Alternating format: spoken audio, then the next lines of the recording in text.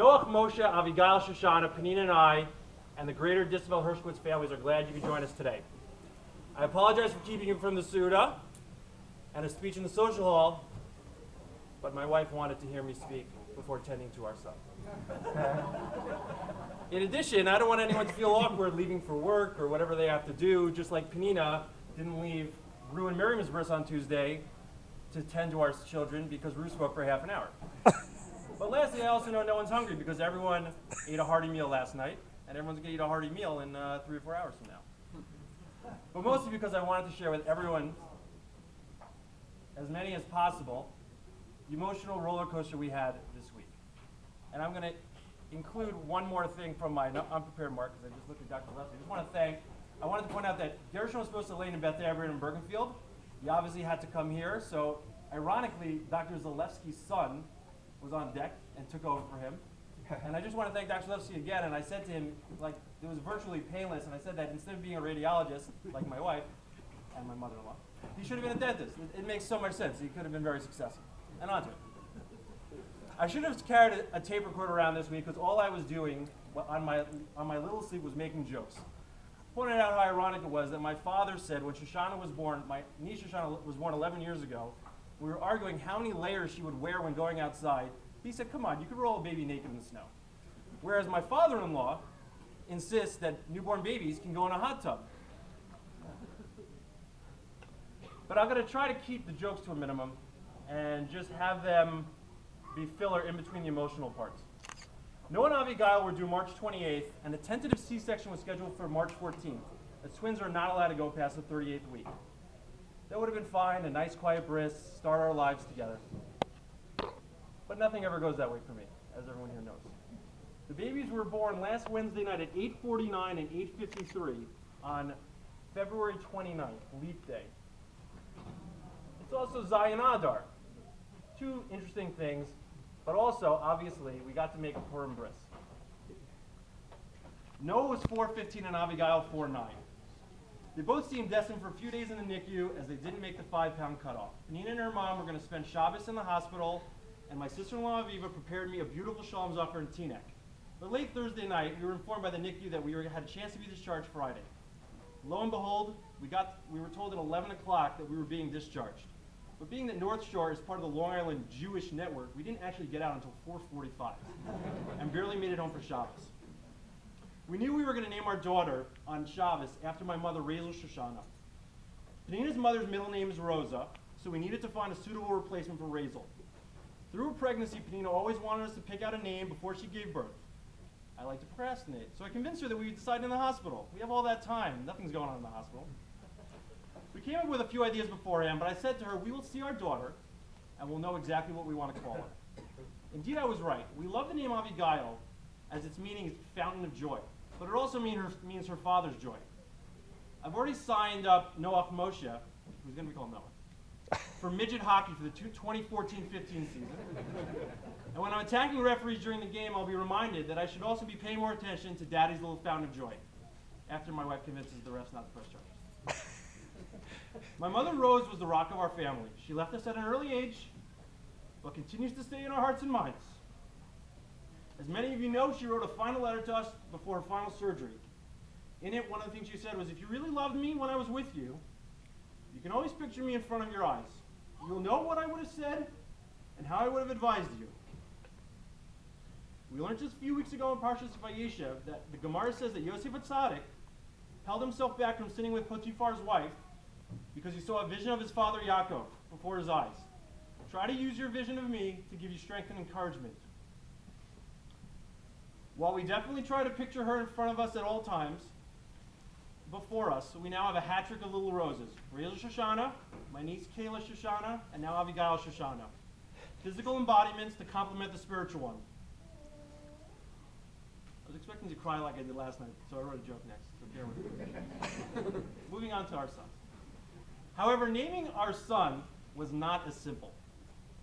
As my brother Gershon will likely lecture about it as Purim Seudah, President Barack Obama is once again sticking his and the government's long tentacles in our lives and required me and Penina to provide a name for our son for Social Security purposes within 24 hours of birth. or else suffer the penalty of 10 hours in line at the DMV to change it. We had many choices, and there are many amazing influences in our lives. Our initial choice was Noach Shemuel, or Noah Samuel. I'll start with the second name, Shemuel. It comes from my uncle Sammy. While he died at a young age, while I was an infant, the most prominent picture in my grandmother's apartment is of Uncle Sammy lifting me over his head, and I with a great smile. He loved me, and I surely loved him. For the last 30 years, our families gathered at the Rindige Shtiebel on the west side annually to have a siyum l'zchus Uncle Sammy's memory on his yahrzeit. While I don't remember him personally, I feel a close connection to him as our family and friends speak of his knowledge of Torah, commitment to family, and his love of Torah. In addition, my wife was eager to name him after Sam Aminoff, a friend of the Hershkowitz family. She has fond memories of sitting next to him in shul for many years. He was a decorated army vet, lived in Israel, London. He's from Iran, which I don't really understand. I don't know anyone from there. It's very complicated to me. And we're very excited that we were able to name after two people. Last night, my father-in-law Ronnie read the Megillah for Penina, who couldn't go to shul, and he read from Sam's Klop. For many years to come, I trust that my father-in-law and son can bond over Sam Aminoff's legacy, and his good name can continue on. Noah Noach was an easy one. We love the name, but more importantly, I love that Noach led two of every animal onto the table. As the leader of our twins, he is tasked with leading and setting the tone of the family, and it is my hope that he do an amazing job, just like my brother Gershon has led our family. Can someone see if Penina wants to come down? Hey. Yal Hershkowitz. My father too.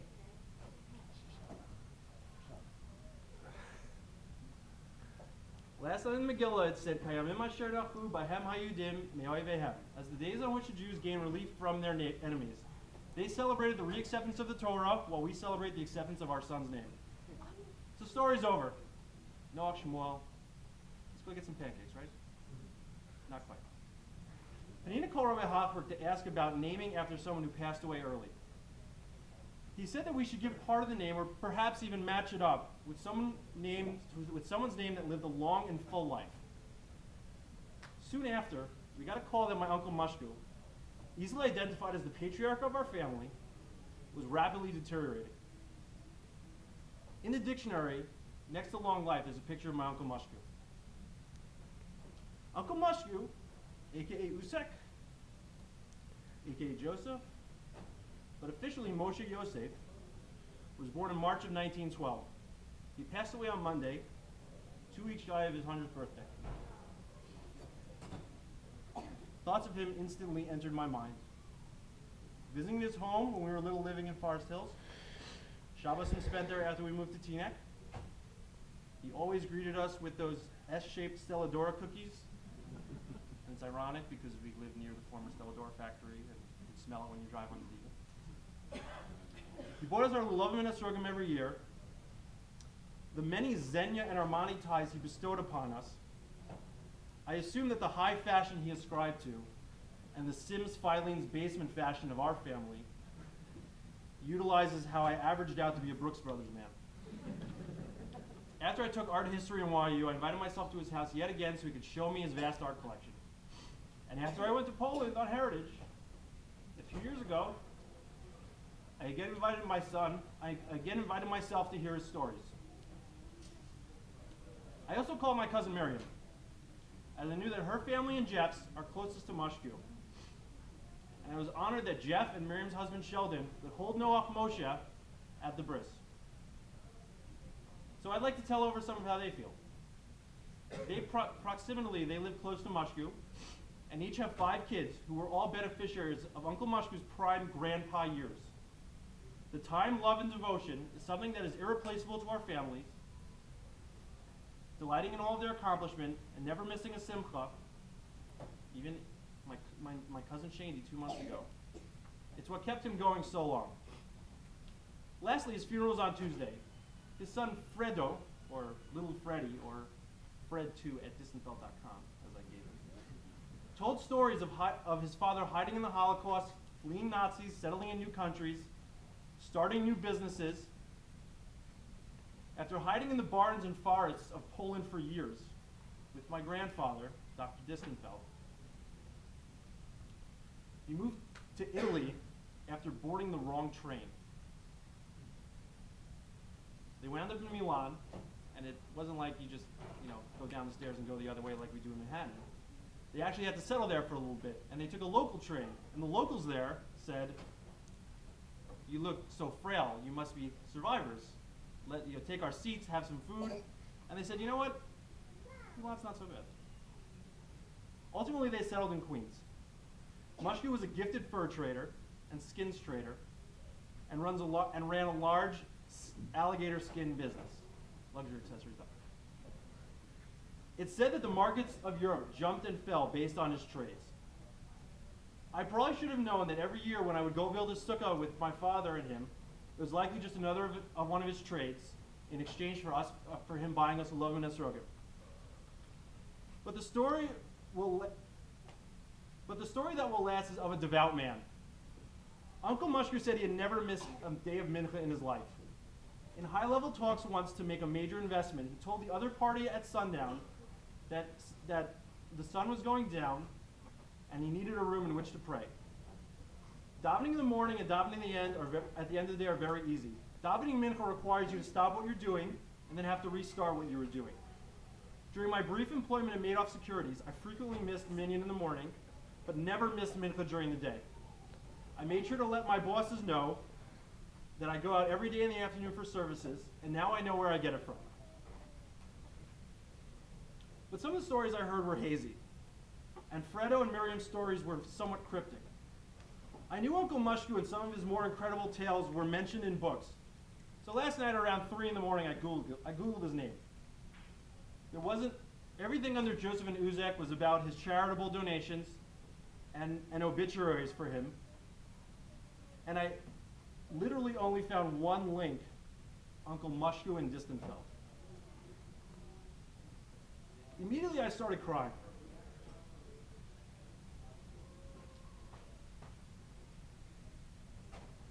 I can't fathom the coincidences that brought this about. There it is. It was a 40-second YouTube video from 4 years ago of my niece Shoshana reciting the Chumash to Uncle Moshe and him smiling, clapping, and congratulating her afterwards.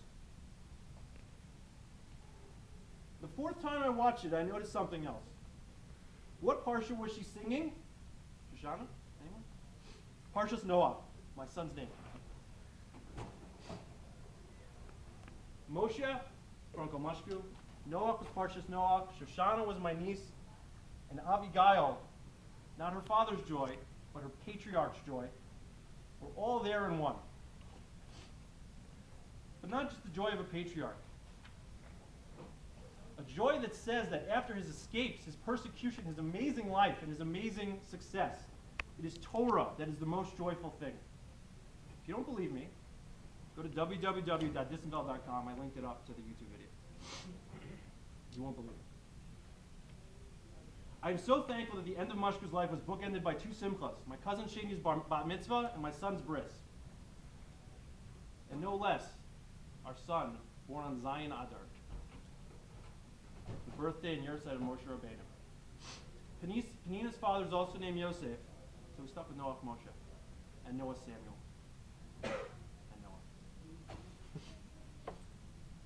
It's now 3:38 a.m., and my daughter just started screaming uncontrollably, which literally she never does. She sleeps, eats, goes back to sleep.